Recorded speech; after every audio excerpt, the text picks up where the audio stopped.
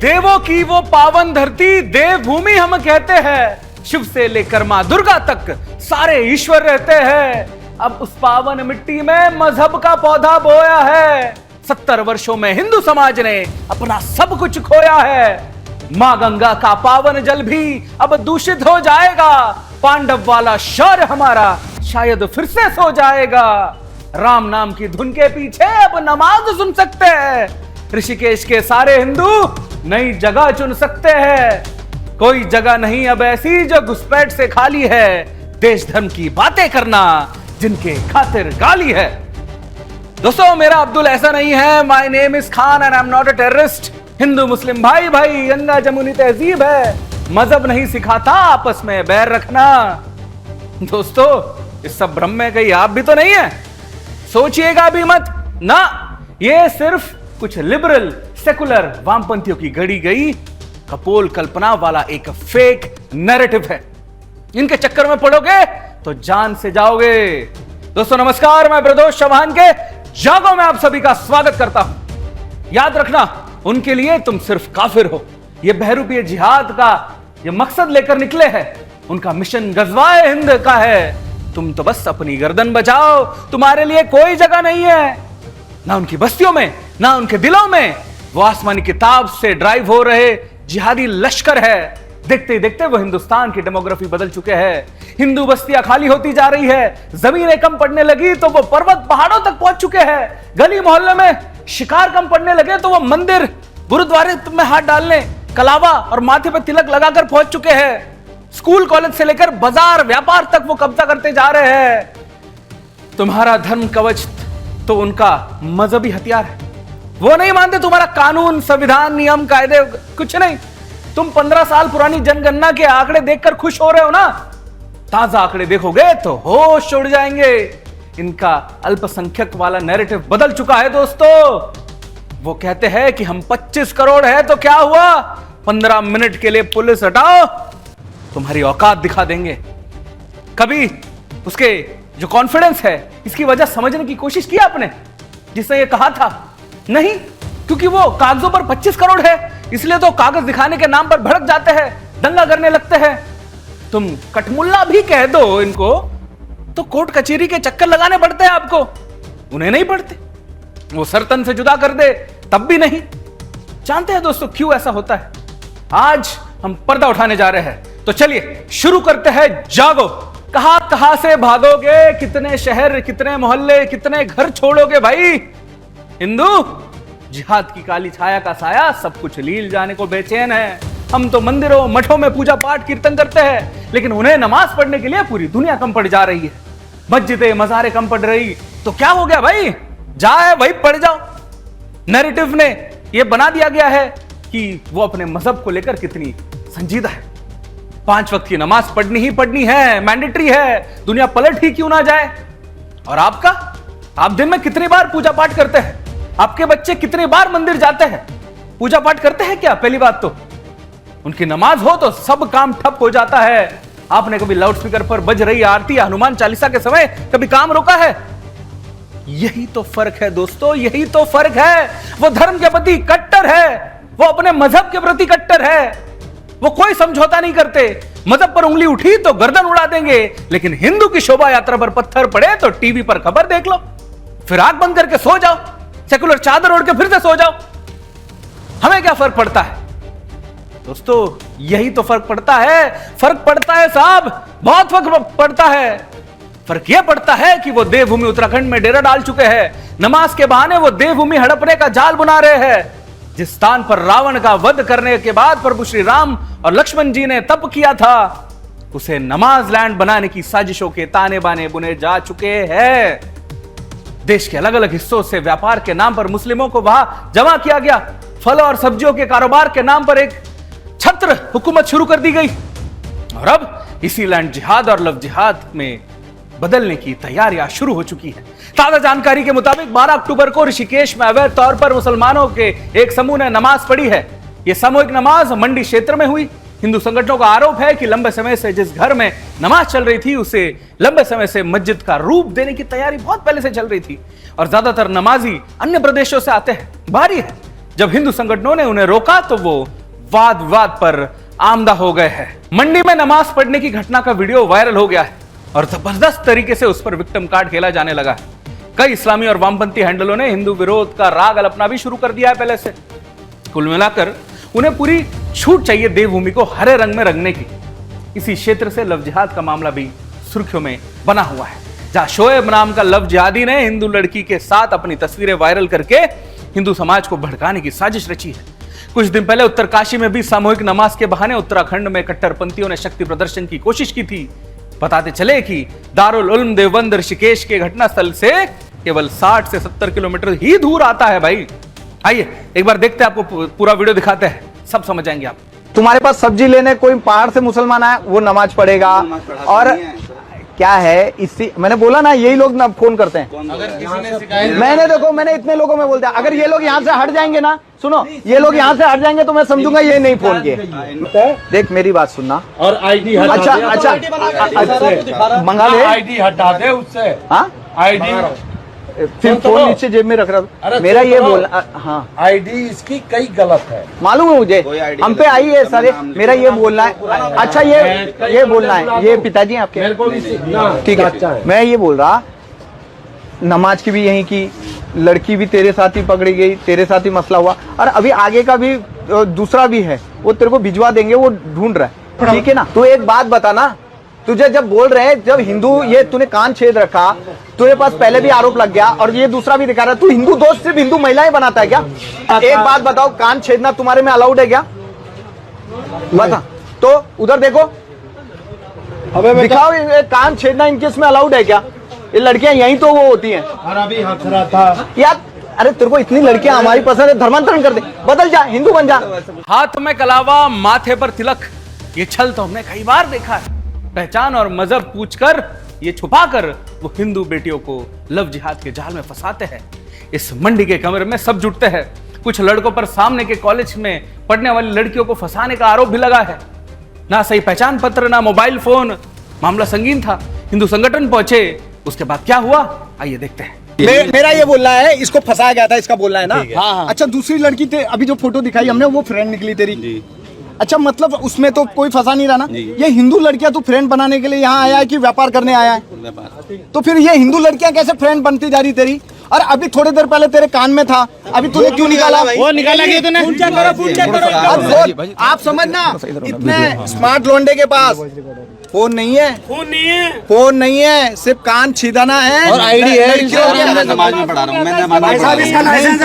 मैं बोला ना मुल्ला जी को, वो तो बोल रहे तू पढ़ाता है, वो पढ़ाते हैं, कैमरा लगेगा, कैमरा चेक कर लो। अरे आप समझना, अरे एक चीज भाई, नमाज की तो बात है, तू हिंदू लड़कियों को टारगेट कर रहा है। आप समझना, ऑनलाइन मेरे आईडी में कैसे सारी हिंदू लड़कियां? भाई साहब आप नहीं कर रहे, अपना फोन तो दिखा दे। अपना हिंदू नाम रखा है यार, अपना हिंदू नाम रखा। ऑनलाइन कैमरे में एक चीज जो बोली है इसने कि वो पढ़ाते हैं, आपके इसमें ऑनलाइन कैमरा वो पढ़ाते हैं, ये लड़कियां पढ़ाता है जी। ये काफी समय से सूचना मिल रही थी। ये देखो, मंडी का मुस्लिम बोलते ना, मुस्लिम तुष्टिकरण हो रहा था। क्या है, बाहर जो ठेलियां लगाते, कॉलेज है, कॉलेज के बाहर ये लव जिहाद की घटना कहाँ होती है? कॉलेजों से। ये बाहर ठेली वाले लग जाते हैं। यहाँ पे लोग पता नहीं सुबह सुबह कहाँ से लोग आते, कोई ज्वालापुर से, कोई पहाड़ से, जितने सब्जी वाले यहाँ पे। ये कई लोगों ने बोला, आप लोगों ने भी रिकॉर्ड किया होगा, पहले भी ये लड़का पकड़ा गया था, जिसको लड़की को, जिनमें लड़की को छेड़छाड़, उसके साथ उसको गलत फोन करना उसके लिए था। ये कान में, ये मुस्लिम धर्म से है, तो ये कान में इसने छेद रखा है, जबकि इनके इसमें तो हराम है कान छेदना। इस तरह की हिंदू जो संस्कार है उसको करना, इसके इसमें तो मुस्लिम में मना है, तो ये क्यों छोड़ा? दोस्तों, देवभूमि में ये कोई पहली बार नहीं हो रहा है। इसी हरिद्वार और ऋषिकेश में तमाम मदरसे, मकबरे और मजारे तान दी गई है, जिनके नीचे कोई नहीं है। ये सिर्फ लैंड जिहाद का जीता प्रमाण है दोस्तों। ऐसी ही एक मजार को कुछ दिन पहले ध्वस्त कर दिया गया था। आइए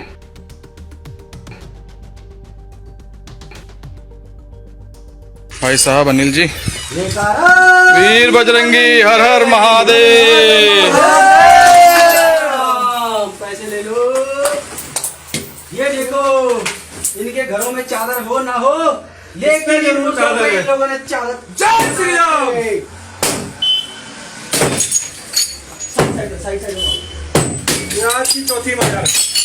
ये आज चौथी मजार तोड़ी जा रही है। भट्टो वाला में 150 के करीब मजार है, सिर्फ भट्टो।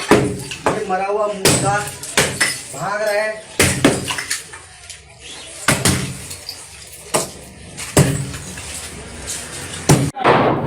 हमारे ऋषिकेश में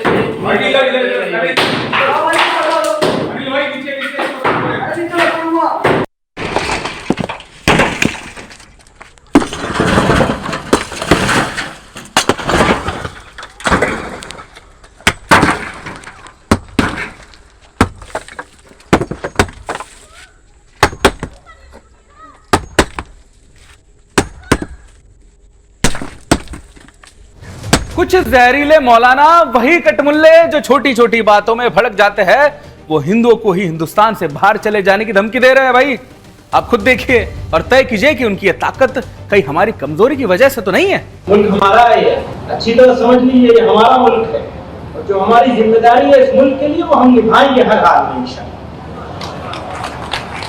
कोई समझौता नहीं होगा उसको। हमारा मजहब अलग है जरूर, हमारा लिबास अलग है, हमारी तहजीब भी अलग है, हमारे खाने पीने का तरीका भी अलग है, और तुमको अगर बर्दाश्त नहीं है हमारा मजहब तो तुम कहीं और चले जाओ। पिछले लगभग एक दशक से अधिक समय से सुदर्शन न्यूज और धर्म योद्धा डॉक्टर सुरेश चवानके जी ने अपनी दूरदृष्टि से यह बता दिया था कि देवभूमि उत्तराखंड इस्लामी गतिविधियों का केंद्र बनती जा रही है। हमारे इन दावों पर देवभूमि के अलग अलग स्थानों से मोहर लगती जा रही है। फिर वो धारचूला, हल्द्वानी, उत्तरकाशी, विकासनगर और देहरादून, कलियार, जवालपुर आदि स्थानों के बाद अब ऋषिकेश में भी अब हमारे दावों पर सत्यता की मोहर लगाई जा चुकी है। अभी हाल ही में कार्यक्रम में सुदर्शन न्यूज के प्रधान संपादक डॉक्टर सुरेश चवानके जी ने कहा था कि 10 साल में उत्तराखंड कश्मीर बनते जा रहा है और अब उनकी बात जमीनी तौर पर सत्य साबित होती नजर आ रही है, जो कि एक चिंता का विषय है। सुनिए एक बार। हमारा जो उत्तराखंड है ना, वो केवल 10 साल में दूसरा कश्मीर बनने जा रहा है। कितने दिनों में? सिर्फ 10 साल में। क्योंकि छोटे राज्यों की डेमोग्राफी चेंज करना बहुत आसान होता है। इन्होंने पहले वही किया, ऐसे ही राज्य पकड़े। उत्तराखंड की सूरत बदलती जा रही है, गांव के गांव हिंदू विहीन होते जा रहे हैं। यह चिंता का विषय है, पहाड़ी अस्मिता का सवाल है। हमने उत्तराखंड की आम जनता से इस समस्या पर खुलकर बात की। आइए देखते हैं उनकी क्या प्रतिक्रिया है। जिस तरह के जो है आंकड़े जो है कि जिस तरह से आंकड़े बहुत सारे चैनल के थ्रू या और मीडिया के माध्यम से जो है कि जो लोग कह रहे हैं, तो ये उत्तराखंड के लिए बहुत ही बड़ा चिंता का विषय है। क्योंकि यह देवभूमि है और देवभूमि यदि ऐसे विधर्मियों की, जहाँ जो है शिवलोक कहा जाता है, यदि इसमें जो है कि इनकी जनसंख्या यहाँ बहुत ज़्यादा बढ़ रही है, मुझे लग रहा है 100% जो कि यहाँ के डेमोग्राफी चेंज होने पे ज़्यादा समय नहीं लगेगा। बहुत जल्दी वो समय आने वाला है, यहाँ की डेमोग्राफी बहुत जल्दी चेंज होने वाली है। और यदि कुछ जो है लोगों में जागरूकता, जैसे हम भी कुछ स्वामी जी के साथ कार्य करते रहते हैं, उस तरह से जो है कि सब लोगों को जागरूकता लानी होगी, जिससे कि जो है और सरकार को भी इसमें जो है कि बिल्कुल पुरजोर ढंग से ऐसा काम करना होगा जिससे इस पर अंकुश लग सके। और मैं उन लोगों से भी निवेदन करता हूं कि इस तरह से जो है कि यहाँ इस देवभूमि को दूषित करने का काम न करें। देखिए, इस उत्तराखंड की डेमोग्राफी चेंज करने की जो मानसिकता और गलतफहमी जिन लोगों के अंदर है, उसको अभी तक जिस प्रकार से ठीक करने का काम उत्तराखंड के यशस्वी मुख्यमंत्री, झारखंड मुख्यमंत्री पुष्कर सिंह धामी ने किया है, वो आगे भी जारी रहने वाला है। जो लोग व्यापार जिहाद के माध्यम से, थोक जिहाद के माध्यम से या इस खुली प्रकार से नमाज पढ़ने को लेकर सीधी तौर पर हिंदू जनमानस को चुनौती देने का अगर काम कर रहे हैं, तो मुझे लगता है इसमें कहीं ना कहीं हिंदू जनमानस को भी अब कट्टरता पर उतरना पड़ेगा। जो लोग इस प्रकार से खुले में नमाज करते हुए इन नमाजियों को देखकर थोड़ा सा हिचकिचाते हैं, अब उन्हें कट्टरता के साथ विरोध करना पड़ेगा। अगर ये लोग चाहते हैं इनका जवाब इसी कट्टरता से दिया जाए, इन चीज़ों का विरोध उसी प्रकार से, इनकी जिस बेशर्मी के प्रकार से हदें पार कर रहे हैं, अब आम जनमानस भी अगर उसी बेशर्मी पे उतरकर इनकी सही प्रकार से तबे ठीक कर लेना चाहिए। मुझे लगता है ये सब काम लगातार सामने करना पड़ेगा। ये लोग अगर चुनौती दे रहे हैं अगर हमसे लड़ने का प्रयास कर रहे हैं, कट्टरता पर उतारी हैं और जबरन धर्म सौंपने जैसी स्थितियां अगर दिखा रहे हैं, तो अब इससे काम चलने वाला नहीं है। इस भारत की जनता, उत्तराखंड की जनता अब जवाब देगी, और अगर इन लोगों ने अपनी आदतों को नहीं बदला तो मुझे लगता है कि बड़ा परिणाम ये लोग भुगतने के लिए तैयार रह सकते हैं। मकसद क्या है? क्या वाकई दो देश को हिंदू विहीन करने के मिशन में जुटे हुए हैं? लैंड जिहाद, लव जिहाद, थूक जिहाद और अब नमाज की आड़ में वो कुछ अलग ही जाल बुन रहे हैं। हमने संकट पर इस्लाम के जानकारों की भी राय ली है, साथ ही हमने डेमोग्राफी के जानकारों से भी जिहाद के इस नए रूप को समझने की प्रयास किया है। एक बार देखते हैं। मुसलमान को 3 किस्म के जो मेन जिहाद है उनमें हिस्सा लेना जरूरी है। इस्लाम को बढ़ाना हर मुसलमान की जिम्मेदारी है। 3 जिहाद जो मेन हैं वो एक तो लव जिहाद है, एक लैंड जिहाद है, एक तबलीग जिहाद है। ये तीनों के तीनों इस्लाम को बढ़ाने का काम करते हैं, तीनों जिहाद। लैंड जिहाद का काम होता है कि जितनी भी आप जमीन कब्जा कर लोगे उतने मालिक आप जमीन के होगे उस देश के अंदर। ये तो चलता है इनका लैंड जिहाद। एक है फिर लव जिहाद, हिंदुओं की संख्या कैसे कम करनी है, उनकी लड़कियों को बरगलाओ, उसके लिए तुम्हें अलतकैया भी करना पड़े, यानी कि तिलक भी लगाना पड़े, तिलक भी लगाओ, नाम भी चेंज करना पड़े हिंदू, वो भी चेंज करो, हाथ में कलावा भी बांधना पड़े, वो भी बांध लो। इस्लाम के खिलाफ कोई भी चीज है वो आप उस वक्त यूज कर सकते हैं, उस वक्त वो हलाल है।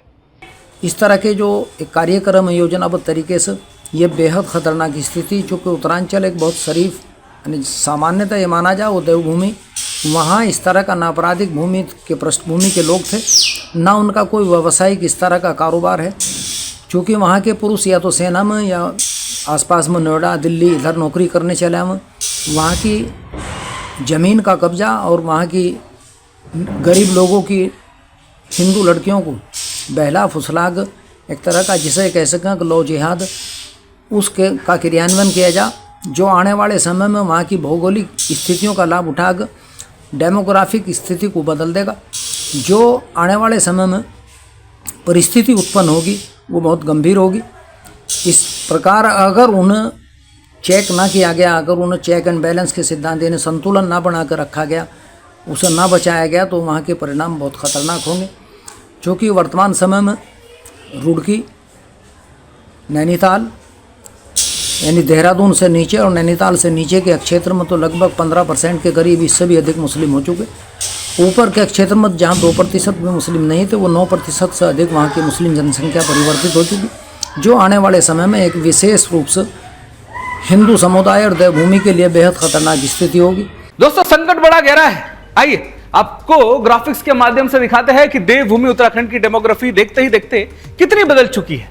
आप चौंक जाएंगे इस खतरनाक आंकड़े को देखकर। अब हम स्क्रीन पर चलते हैं। अब देखिए उत्तराखंड की डेमोग्राफी की जो परिवर्तन है उसमें देहरादून के विकास नगर के 28 गांवों में मुस्लिम आबादी बढ़ी है, यानी राजधानी देहरादून में 28 गांवों में बढ़ी है। फिर 2011 की जनगणना के अनुसार राज्य में मुस्लिम आबादी लगभग 14% हुआ करती थी। जो लेटेस्ट अभी आप लोग जिससे खुश हो रहे हैं ना आंकड़े देखकर, वो ये आंकड़ा था। अब देहरादून, हरिद्वार, उधम सिंह नगर, नैनीताल जिलों में यह 30% से अधिक है, यानी डबल कर गई है पॉपुलेशन केवल 14-15 सालों में। फिर 2018-22 में ग्रामीण क्षेत्रों से 3.3 लाख से अधिक लोगों का पलायन भी हो चुका है। वो जो कहावत है ना कि पहाड़ का पानी, पहाड़ की जवानी कुछ काम की नहीं है उत्तराखंड की, वो यही हो रहा है। फिर धकरानी में 2011 में 60% हिंदू और 40% मुस्लिम आबादी थी। 2011 की बात थी। अब मुस्लिम आबादी 60% और हिंदू आबादी 40% है, यानी इसकी टोपी उसके सर, ऐसा हो गया वहां पे। फिर ढलीपुर में कभी हिंदू आबादी 75% हुआ करती, मेजॉरिटी में हुआ करती थी। अब तिमली और कुशालपुर में अब 95% और 96% मुस्लिम लोग हैं। 2011 में यहां 75% और 90% मुस्लिम हुआ करते थे। अब जो पछुआ की बात करें तो पछुआ दून के करीब 28 मुस्लिम बहुल वहां पे भी गांव है। तो ये वो कुछ खतरनाक आंकड़े जो दिखाते हैं, जो दर्शाते हैं कि देवभूमि का इस्लामीकरण कैसे किया जा रहा है, जोरों शोरों से किया जा रहा है। बट आप तो बेचारे 2011 के आंकड़ों को देखकर खुश बैठे हैं, आराम से बैठे हैं कि भाई जब 20% हो जाएंगे तब सोचेंगे। दोस्तों, आंकड़े आपने देखे कितने खतरनाक है।